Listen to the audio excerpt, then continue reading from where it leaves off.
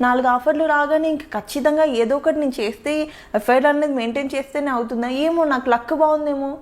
నేను ప్యాకప్ అయ్యేంత వరకు 3 o'clock midnight షూట్ చేయమన్నా నేను చేస్తాను. ఇంకొక అమ్మాయిలు చేయకపోవచ్చు, నేను కోఆపరేట్ చేయడం నచ్చిందేమో ప్రొడక్షన్కి, అందుకని కంటిన్యూ అయ్యానేమో. మెంటలీ అసలు అనవసరమైన చెత్త అంతా క్రియేట్ చేసి ట్రాప్ పెట్టడం తప్పితే ఏం లేదు దీనికి. ఇంకా లక్కీగా మా హస్బెండ్ అనేవాడు లవ్ మ్యారేజ్ కొంచెం ఎక్కువ అర్థం చేసుకుంటాడు కాబట్టి నేను బ్రతికిపోయాను. ఈ పిచ్చి రూమర్స్ వల్ల ఒకవేళ అటు ఇటు మెంటాలిటీ ఉండి కొంచెం అనుమాన పోవడం అయితే ఈ పాటికి వదిలేసేవాడు నన్ను. అలా ఉంటాయి అన్నెసరీ థింగ్స్, అసలు లేనివి. నేను టైంకి వెళ్ళి నేను పొద్దున్న 7 o'clock ఉండమంటే 9కి షార్ట్లో ఉన్నంటే నేను 8:45 ఉన్న డేస్ కూడా ఉన్నాయి. ఎందుకు ఉండరు షార్ట్లో? ఎవరు చూసారు, ఎవరు మాట్లాడారు చూడకుండా ఉన్నాను. వాళ్ళు అసలు ఆ ప్రొడక్షన్లో కొన్నిట్లలో నేను చేయలేదు, వాళ్ళు కూడా ముందే డిసైడ్ అయిపోతారు. అలా ఎవరికి నచ్చినట్టు వాళ్ళు రాసుకుంటూ ఉంటారు అలా. సో ఫ్రస్ట్రేషన్ మనుషుల ఫేస్ని చూసి వాళ్ళు ఎలా ఉంటున్నారో చూసి మనం డిసైడ్ చేయలేము. నేను ఆల్మోస్ట్ 2-3 times అయినా చూసి ఉండొచ్చు, మీ స్టేటస్ కావచ్చు, పిక్స్ కావచ్చు. అంటే మనిషిలో ఒక ప్లెజెంట్నెస్ అనేది అది గాడ్స్ గ్రేస్. ఎప్పుడు నవ్వుతూ హ్యాపీగా ఉండగలగడం, అందంగా కనిపించగలగడం, చూడగానే ప్లెజెంట్గా కనిపించగలగడం అనేది దేవుడిచ్చిన వరం. అలాంటి వాళ్ళకి ఏ కష్టాలు లేవని జనాలు అనుకుంటారు. బట్ ఎదురుగా మీరు ఖచ్చితంగా వాళ్ళు అంత స్ట్రాంగ్ కాబట్టి ఆ నవ్వులో వాళ్ళు ఎంత కష్టానైనా దాచుకుంటారు అన్నది మిమ్మల్ని చూసిన తర్వాత మళ్ళీ ఒకసారి ప్రూఫ్ అయింది నాకైతే.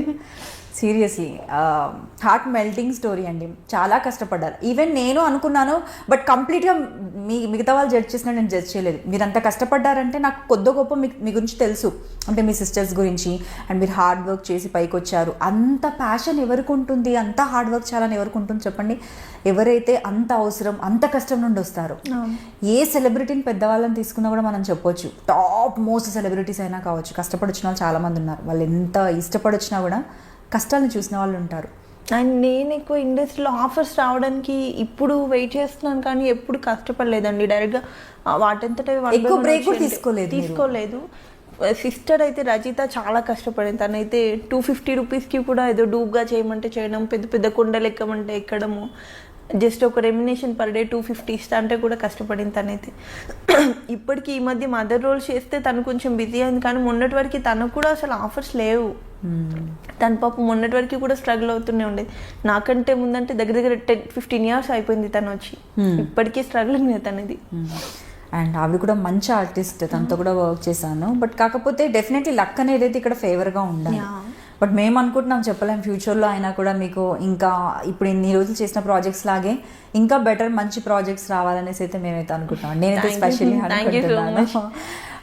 సో ఇదంతా ఒక అయితే మూవీస్ వైపు ఎప్పుడు ట్రై చేయలేదా? ఇంత స్టార్డమ్ ఉన్నప్పుడు డెఫినెట్లీ మూవీస్లో ఆపర్చునిటీ వస్తుంది. కొంతమంది మీరు చూస్తే, ఇప్పుడు నేమ్స్ వద్దు కానీ కొంతమందిని గమనిస్తే మీకు తెలుస్తుంటుంది, మీ టైంలో వచ్చిన వాళ్ళే మీలాగే స్టార్టింగ్లో కొంచెం ఫటాఫట్ బిజీగా ఉండి వెంటనే మళ్ళీ మూవీస్కి వెళ్ళిపోయి అక్కడ కూడా ఇప్పుడు బిజీగా ఉన్నారు. ఐ నో, మీకు తెలిసే ఉంటుంది. సో మీరు ఎప్పుడు అలా ట్రై చేయలేదు? నేను మల్లిగాడు మ్యారేజ్ బ్యూరో అని ఒక మూవీ చేశాను, శ్రీకాంత్ గారిది, సిస్టర్ రోల్ చేశాను.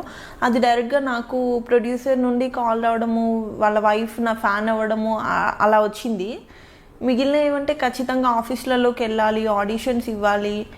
అసలు కొంచెం రెస్పెక్ట్ ఇక్కడైనా ఉంటుంది, కానీ అక్కడ నాకు రెస్పెక్ట్ కనిపించలేదు. వెళ్ళి ఆఫీస్లలో ఆడిషన్స్ ఇవ్వడము, మనం ఎవరమో తెలియదు, నా పేరు ఇది, నేను నేను చేద్దాం అనుకుంటున్నాను, ఇది అనుకుంటున్నాను అనేసి అంటే నాకు కొంచెం ఎంబారసింగ్ అనిపించింది. అందుకని నేను ఎక్కువ వెళ్ళలేదు. వాటంతట అది కాల్ వచ్చి చేయమంటే ఖచ్చితంగా చేస్తాను. చూడాలి ఇంకా. దట్టు కొంచెం స్కిన్ షో అవి వచ్చినాయి, నేనే కొంచెం స్కిప్ చేయాల్సి వచ్చింది. సో ఎప్పుడైనా మీకు అనిపించిందా, అరే నేను కూడా ఒక 4-5 మూవీస్ చేస్తుంటే అట్లీస్ట్ ఇప్పుడు సీరియల్స్ అనిపించిందా? చాలా సార్లు అనిపించింది. బట్ మూవీస్ ఎప్పుడైతే అక్కడ నుంచి కాల్ వస్తుందో ఆ కైండ్ ఆఫ్ రెస్పెక్ట్ వేరు. మనం ఆఫీస్లోకి వెళ్ళి మనం ఫొటోస్ ఇచ్చి మనం వెనకాల పడితే అది వస్తుందో రాదో తెలీదు. And first of all self respect అనేది చంపేసుకొని వెళ్ళిపోవాలి. ఇంకా అలా అనిపించింది. అవునా? అంతలాగా సెల్ఫ్ రెస్పెక్ట్ చాపుకునేంత ఏముంటుందండి? ఇప్పుడు సీరియల్స్ అంటే నాకు కాల్ చేశారు, నెక్స్ట్ ఇలా స్టార్ట్ అవుతుంది ఈ టైం నుంచి, లేకపోతే ఒక స్క్రీన్ టెస్ట్, గెటప్ టెస్ట్ అంటుంటుంది, వెళ్తే షూట్కి వెళ్దాము, ఇదే లేదంటే వేరే వాళ్ళని తీసుకున్నామంటే అయిపోతుంది. బట్ మూవీస్కి వచ్చేసి ఎక్కువ సర్కిల్ లేదు నాకు. First of all through coordinators వెళ్ళాలి, వాళ్ళు ఫొటోస్ ఇవ్వమంటారు, ఆడిషన్ ఇవ్వమంటారు, మనం ఏదో కొత్తగా వచ్చినట్టు అప్పుడే డైలాగ్ చెప్పాలి. ఆ మెయిన్ పెద్ద పెద్ద డైరెక్టర్స్ మనల్ని చూస్తారో లేదో తెలీదు, ఆ ఫొటోస్ వాళ్ళ వరకు వెళ్తాయో లేదో తెలీదు. ఈ ఆడిషన్ చేసిన ఇస్తారో లేదు తెలీదు. ఫస్ట్ ఆఫ్ ఆల్ మనం సీరియల్ ఫీల్డ్లో ఏదైతే రెస్పెక్ట్ ఉండి ఫేమ్ ఉందో అది వాళ్ళకి తెలీదు. మనం ఇక్కడ మినిమం ఉన్నది రెస్పెక్ట్లో హ్యాపీగా ఉన్నాం, అక్కడ పోయి చీప్ అవడం ఇది ఎందుకని ఇంకా నేను స్కిప్ అయిపోయాను అనమాట.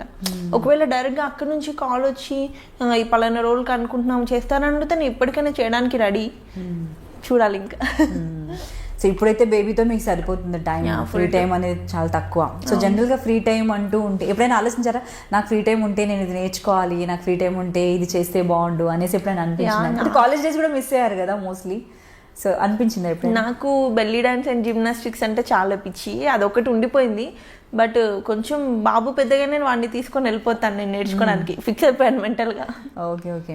సో మీరు మంచి డాన్సర్ కూడా, రంగంలో కూడా మంచి మంచి డాన్స్ పర్ఫార్మెన్సెస్, అండ్ మీ డాన్స్తో ఆపి చూసిన వాళ్ళు కూడా ఉన్నారండి.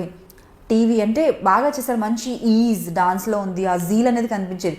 మీరు ఇప్పుడు చెప్పే వరకు కూడా నిద్రలేని రాత్రులు ఉండి ప్రాక్టీస్ చేసిన డాన్స్ అని మాకే ఐ డెంట్ ఎక్స్పెక్ట్.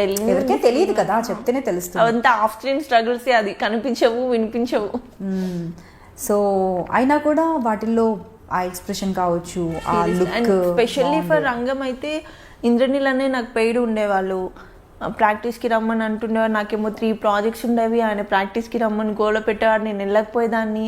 ఒకవేళ వెళ్ళినా కూడా డే అండ్ నైట్ ఇలా ఉండి కొంచెం టైర్డ్గా ప్రాక్టీస్ చేసేదాన్ని, తను బాగా ఇబ్బంది పడేవాడు నా వల్ల. ఫైనల్గా అవుట్పుట్ అయితే బాగానే వచ్చేది. మ్యాక్సిమం ఒక పర్ఫార్మెన్స్ ఎఫర్ట్ అంతా తనే పెట్టేవాడు, గెటప్స్ గురించి కానీ ఇది కానీ. ఇంకా బయట ఈవెంట్స్ షోస్ అంటారా, చిన్నప్పటి నుంచి ఇంకా సిస్టర్ వల్లనో నేను వల్లనో డాన్స్ చిన్నప్పటి నుంచి చేస్తూనే ఉండేదాన్ని కాబట్టి అలా వచ్చేసింది. ఇంకా సో మీకు చాలా ఇష్టం కదా. సో నేను విన్నాను, ఒక్కొక్కరు చెప్తుంటారు ఆ రంగంలో కూడా ఇంత మంచి డాన్స్ చేశారు, మీకు ఎందుకు రాలేదు, మీకు మిమ్మల్ని చూస్తే నాకు అది మళ్ళీ అడగాలనిపిస్తుంది. సో అంటే వీటిల్లో ఎవరైనా ఫిక్స్ అయిపోయి ఉంటారా ముందుగానే వీళ్ళే ఖచ్చితంగా విన్నర్స్ అది ఇదని? నిజంగానే ఆనెస్ట్గా ఈ షోస్లో అవార్డ్స్ రివార్డ్స్ అవి ఉంటాయా? మేబీ ఉండొచ్చు, ఉండకపోవచ్చు. నిజంగానే సీరియస్లీ నిజంగానే మేము యాక్చువల్లీ విన్ అవుతామని అనుకున్నాం రంగంలో. మేబీ ఫైనల్ పర్ఫార్మెన్స్ సరిగ్గా చేయలేదు తెలీదు, నిజంగానే ఫిక్స్ అయిపోయి ఉన్నారో లేదా అది నిజంగా క్లారిటీ. నాకు అప్పుడు మెచ్యూరిటీ లెవెల్స్ చాలా తక్కువ, అప్పటికి నేను వచ్చి 1-2 years అయింది అంతే ఇండస్ట్రీలో. ఉండొచ్చు, ఉండకపోవచ్చు సీరియస్లీ ఇప్పటివరకు. ఎందుకంటే అంత హై రేంజ్లో ఛానల్లో మనం ఇన్వాల్వ్ అయింది లేదు. ఆర్టిస్ట్ అంటే వచ్చామా, సెట్ వరకు చూసుకున్నాం, అంతే ఉంటాను నేను. ఏమో. సో ఒక ప్రాజెక్ట్ మీ దగ్గరికి వచ్చినప్పుడు మీరు ఏం చూస్తారు? మీ క్యారెక్టర్ చూస్తారా, ప్రొడక్షనా, డైరెక్టరా, లేదంటే కో ఆర్టిస్టా, మీ పేరా? నా అవన్నీ ప్రొడక్షన్ అండ్ స్టోరీ, క్యారెక్టరైజేషన్ అంతే. ఇంక చుట్టూ ఎవరుండే శత్రువుని పెట్టినా చేస్తానండి నేనైతే యాక్టింగ్. నా కళ్ళ ముందు ఎంత దరిద్రపాలని పెట్టి చేయమని నేను యాక్టింగ్ చేస్తాను. అంటే ఫస్ట్ ఆఫ్ ఆల్ అది మనకు అనవసరమైన విషయం అనిపిస్తూ ఉంటుంది నాకు. సో మీకు ఇచ్చిన పేర్స్ అందరు కూడా మంచి హ్యాండ్సమ్ హీరోసే, అందరు బాగా మీకు తగ్గట్లు మంచి లుక్ ఉన్న వాళ్ళు. సో మీకు బాగా కంఫర్టబుల్ గా అనిపించిన పేరు? నాకు బాగా ఆలోచించుకొని చెప్పండి, వాళ్ళని ఇప్పుడు పిలవాలి నేను నెక్స్ట్. నాకు నిరుపమ్ గారు comfort. First of all comfort చేస్తాడు పక్కన వాళ్ళని, ఎంత కంఫర్టబుల్ అయిపోయినా. రావట్లేదు నిరుపమ్ గారిని ఒకసారి అడిగాను. నందకిషోర్ గారు అండి, ఆనందకిషోర్ గారు and Viren, okay, Siddhu, almost అందరు కొంచెం, సయ్యద్ కానీ, నాతిచరామి హీరో, ఆల్మోస్ట్ అందరూ కంఫర్టబుల్. నేను ఎవరి వల్ల నేనైతే ప్రాబ్లం ఫేస్ చేసి ఇబ్బంది పడింది అయితే లేదు.